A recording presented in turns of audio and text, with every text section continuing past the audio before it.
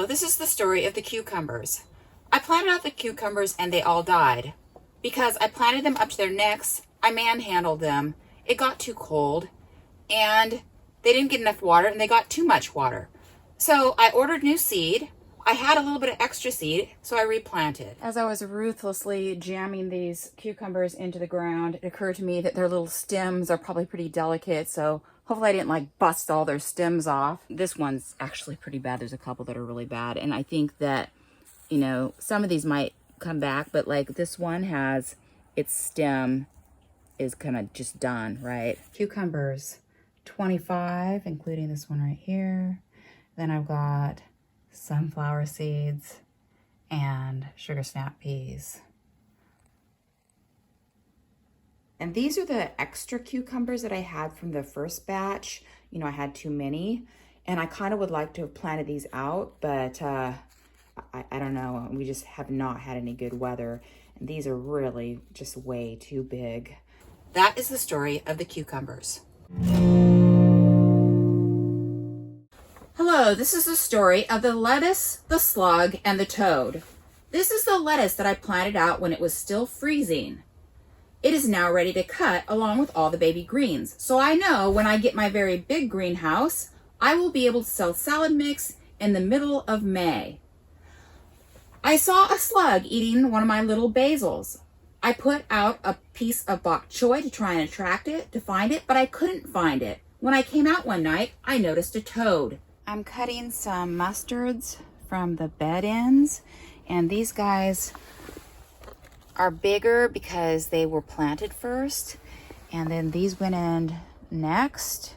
So I'm gonna get these two. And also, this is my second cutting of arugula. I've got a bunch of spinach, lettuce in here that I could go ahead and start cutting some side leaves, but I think I'm gonna let them go for one more week before I cut them.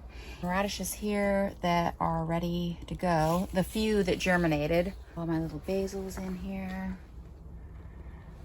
And now I am seeing a little hole in my basil. So I'm gonna have to come out here and check tonight for slugs. I came out here to check for slugs, and guess what I saw? A little toad. I've got to be real careful when I walk through here. Oh my goodness. Because he eats slugs. This is the area where I'm looking for slug problems, but I'm gonna have to check later or something. I put down a bok choy leaf that I got from the store to see if I couldn't catch that slug, but I have seen no signs of them and no more damage. So hopefully, maybe the toad ate it. I was taking a look at my lettuces here, and I would say this is the date I would call this mature. Mature to cut. That is the story of the lettuce, the slug, and the toad. This is the story of the cilantro and the dill. So I seeded the cilantro and dill into these two tubs along with some culinary seed, which did not come up at all, and I gave up on it. So then I grew these under the lights at the house, and they did great. They're ready to harvest. That worked out great.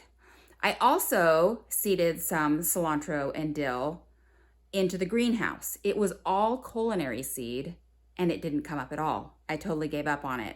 But just recently, I noticed some dill popping out. This is just kind of an experiment to see how the cilantro and dill do.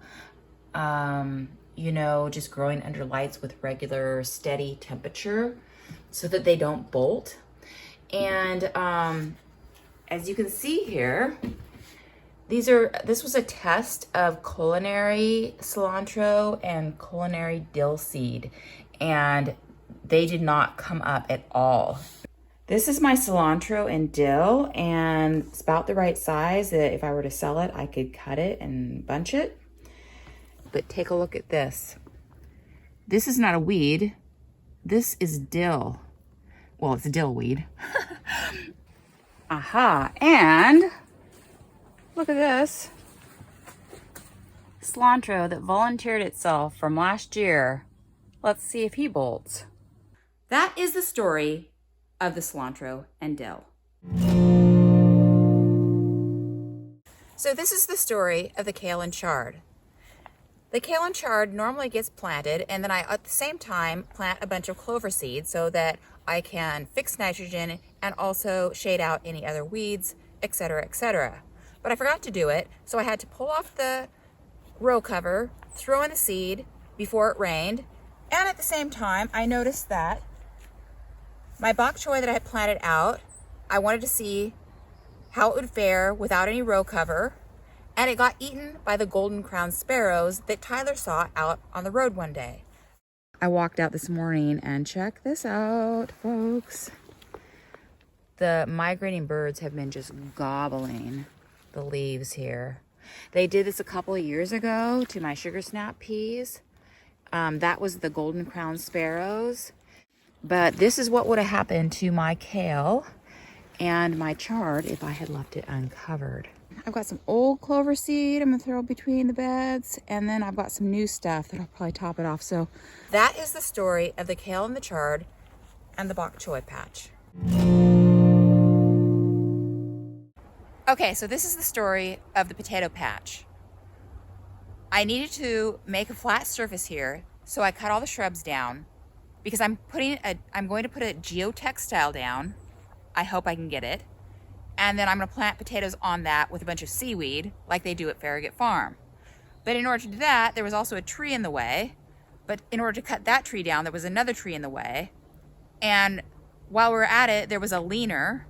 And while we were at it, there was a dead tree. So Tyler cut all those down. And then there was just one last tree in the center. So I decided to go ahead and cut that down. So now, since all the trees were in the way, I had to get them out of the way. So I dragged them all the way over to what is gonna be a blueberry hugelkultur. And then eventually I will also get a big old pile of sand and soil. So I had to get the trees out of the way.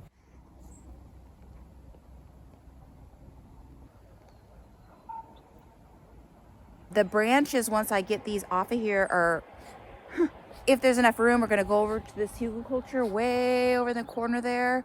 And then some of these logs then can probably go on the top, and then I can load some soil and sand on top of that. So I got all my logs lined up here and all my brush there. And I had to cut some of them up into teeny tiny little logs because I couldn't move them.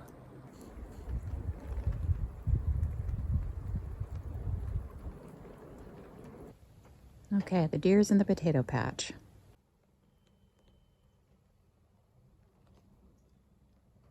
So I ended up, there was a video I did about composting my futon mattress stuff, cotton stuff. And I put it in the compost bins, but then the squirrels started getting into it. So I was like, oh my gosh, I can't do this. So I pulled it all back out of the compost bin, threw it underneath the house.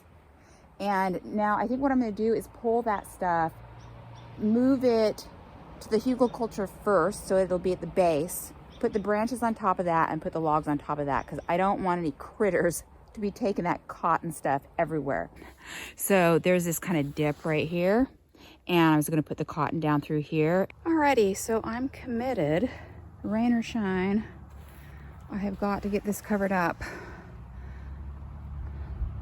So I cleared out the pile of brush that was there, and it is now over here. But we've got layer number 2. Now I just need to get the logs on here. It did end up raining, but it's not pouring down rain, so it's not too bad. Oakley dokley, so 4 logs that I cannot move myself without busting a nut.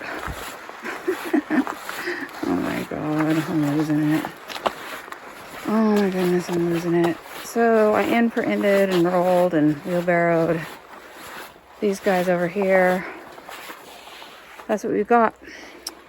We've got these little guys here, my little rounds are over in this corner by this little tree, little hemlock, and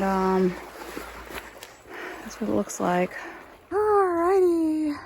So Tyler got home and he was able to manhandle those logs, those last 4 logs out of there. So we are cleared out, and let's go look at our pile. Whoa!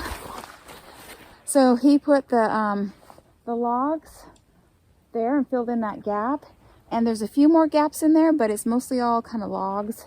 And I'll just fill in the gaps as I go. Like, you know, sometimes I go out to get seaweed and I'll weigh that down the tarp on top with some driftwood and stuff. So I'll probably go ahead and do that. But and then soil on top, and maybe eventually a blueberry patch. So anyway, I'm done, guys. I am so done. That is the story of the potato patch.